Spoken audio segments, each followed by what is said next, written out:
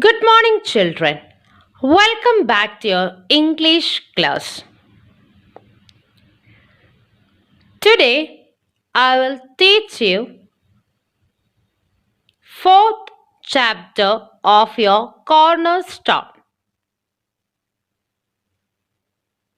Chapter 4 Subject and Predicate.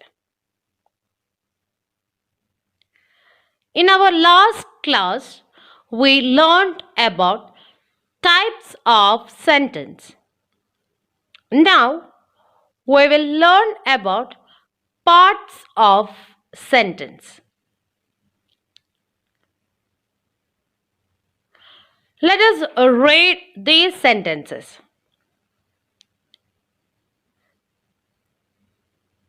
And you want to put a tick the person or thing that is doing the action.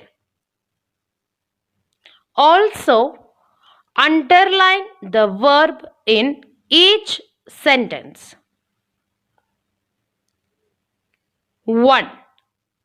Lovelyn ate an apple for breakfast.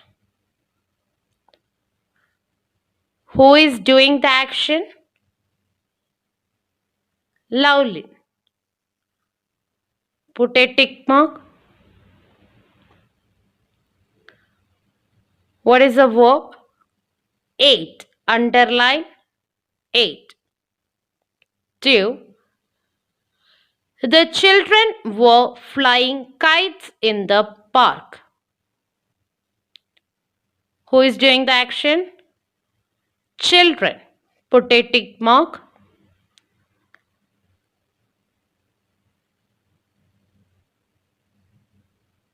Underline flying. 3. Jagrati bought some chocolates for her sister.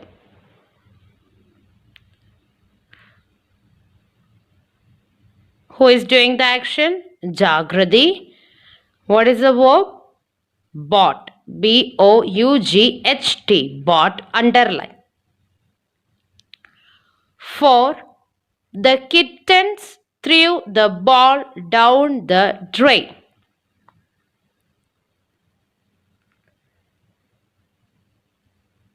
Who done the action? Kittens. Put a tick mark. What is the verb? Threw. Underline threw. 5. John plays the piano in a restaurant. Who played the piano? John. Put a tick mark and underline plays. Plays. 6. They went to the zoo with their children. Who went? They. Put a tick mark for they. Underline went.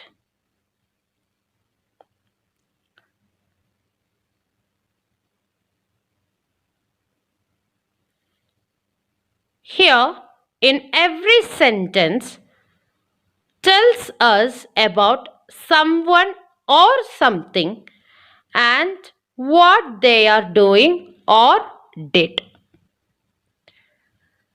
Let us learn how we can identify who or what the sentence is about. Read these examples carefully. Ledika ate an apple. Who ate an apple? Ledika. And what's the verb? Ate. Kathy writes well. Who writes well? Kathy. What's the verb? Writes.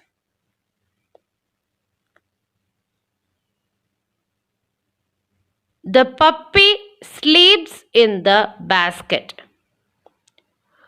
Who sleeps in the basket? the puppy. What's the verb? Sleeps.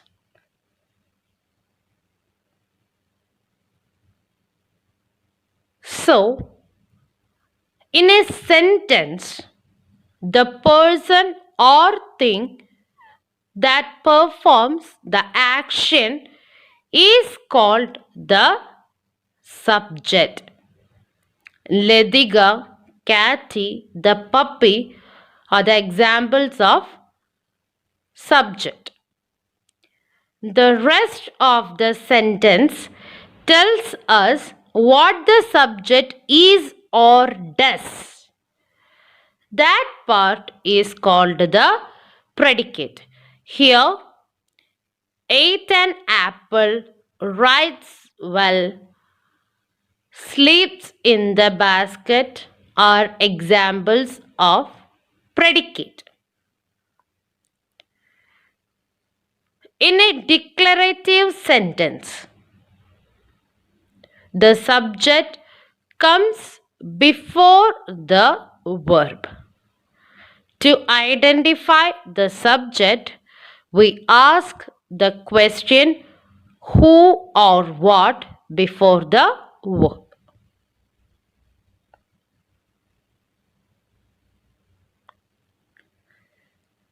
The subject may consist of only one word or it may consist of a group of words.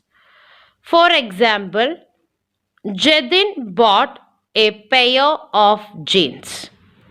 Here the subject is only one word, that is Jadin.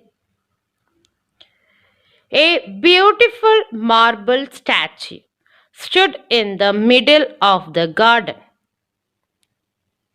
So, what's the subject? A beautiful marble statue. Here we can see a group of words.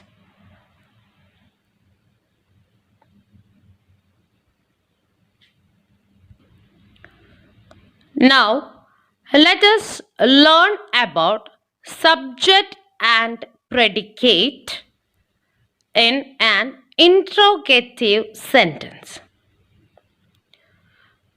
Let's read these sentences. Is Harish unwell? Has Kareem left? Is Ridu arriving from London tonight? Here, the subject are Harish, Kareem, Ridu. Did you notice anything different in these sentences? All these sentences are the example of interrogative sentences. It ends with a question mark.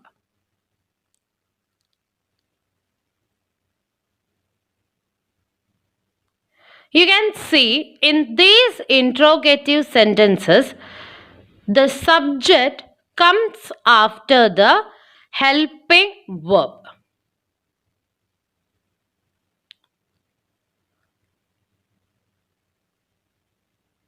What is an helping verb? Verbs such as am, is, are, was, and were can also be used as helping verbs.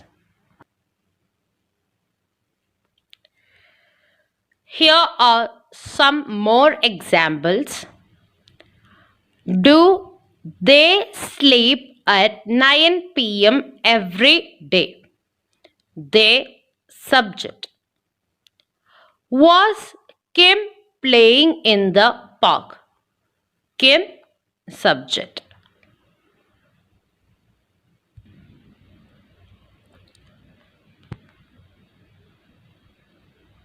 Now, moving on to the next section, that is,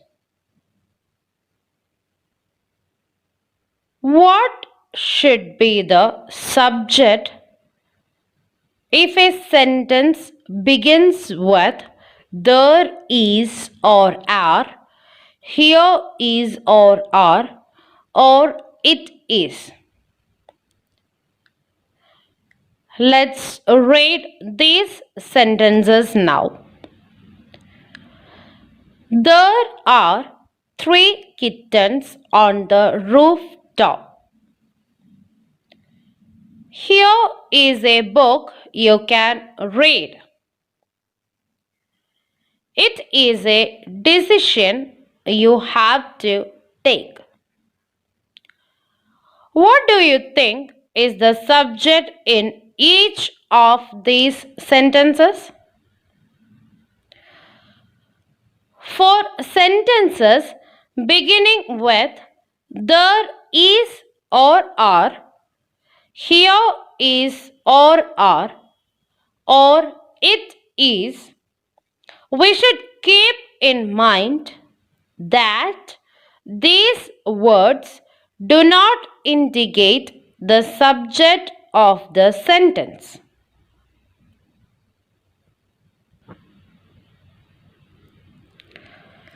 Let us learn how we should determine the subjects in such sentences. There are three kittens on the rooftop. Who is on the rooftop? Yes, three kittens. So the subject is three kittens.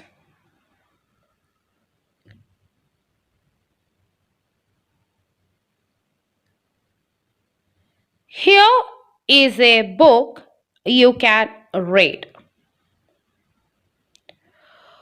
Who can read a book?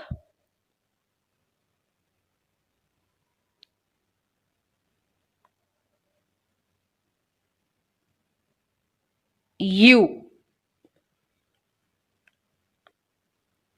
Here the subject is you. It is a decision you have to take. Who has to take a decision? You. Subject is you.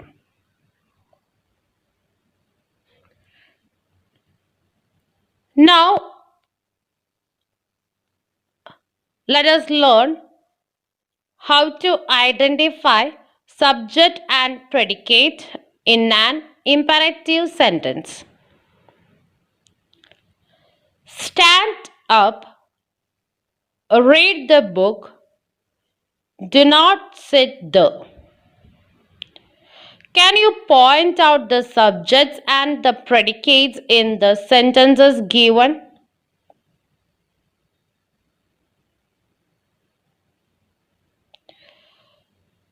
We have learned that in imperative sentences, the subject is always you, and that subject you is implied. We can determine the subject and predicate in imperative sentences in the following manner. You, subject, predicate, stand. You, subject, predicate, read the book. As you, subject, and predicate, do not sit there. Let's see the subject and predicate in an exclamatory sentence. Look at these sentences.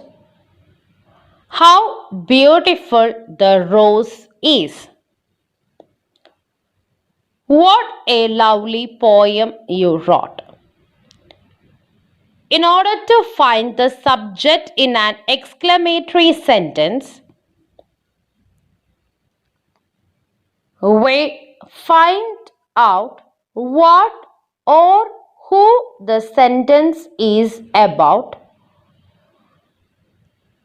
and identify the subject. We ask who or what does the action. In exclamatory sentences, part of the predicate comes before the subject. In these sentences, the Rose and you are the subjects.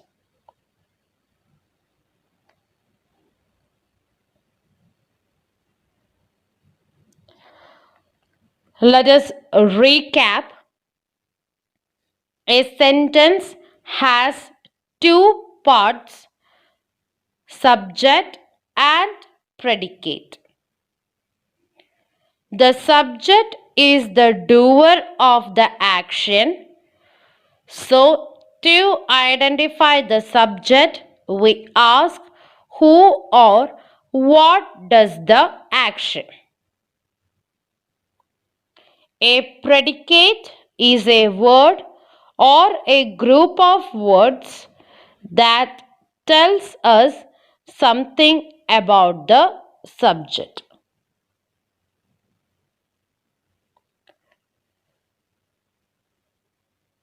So, this is all for today.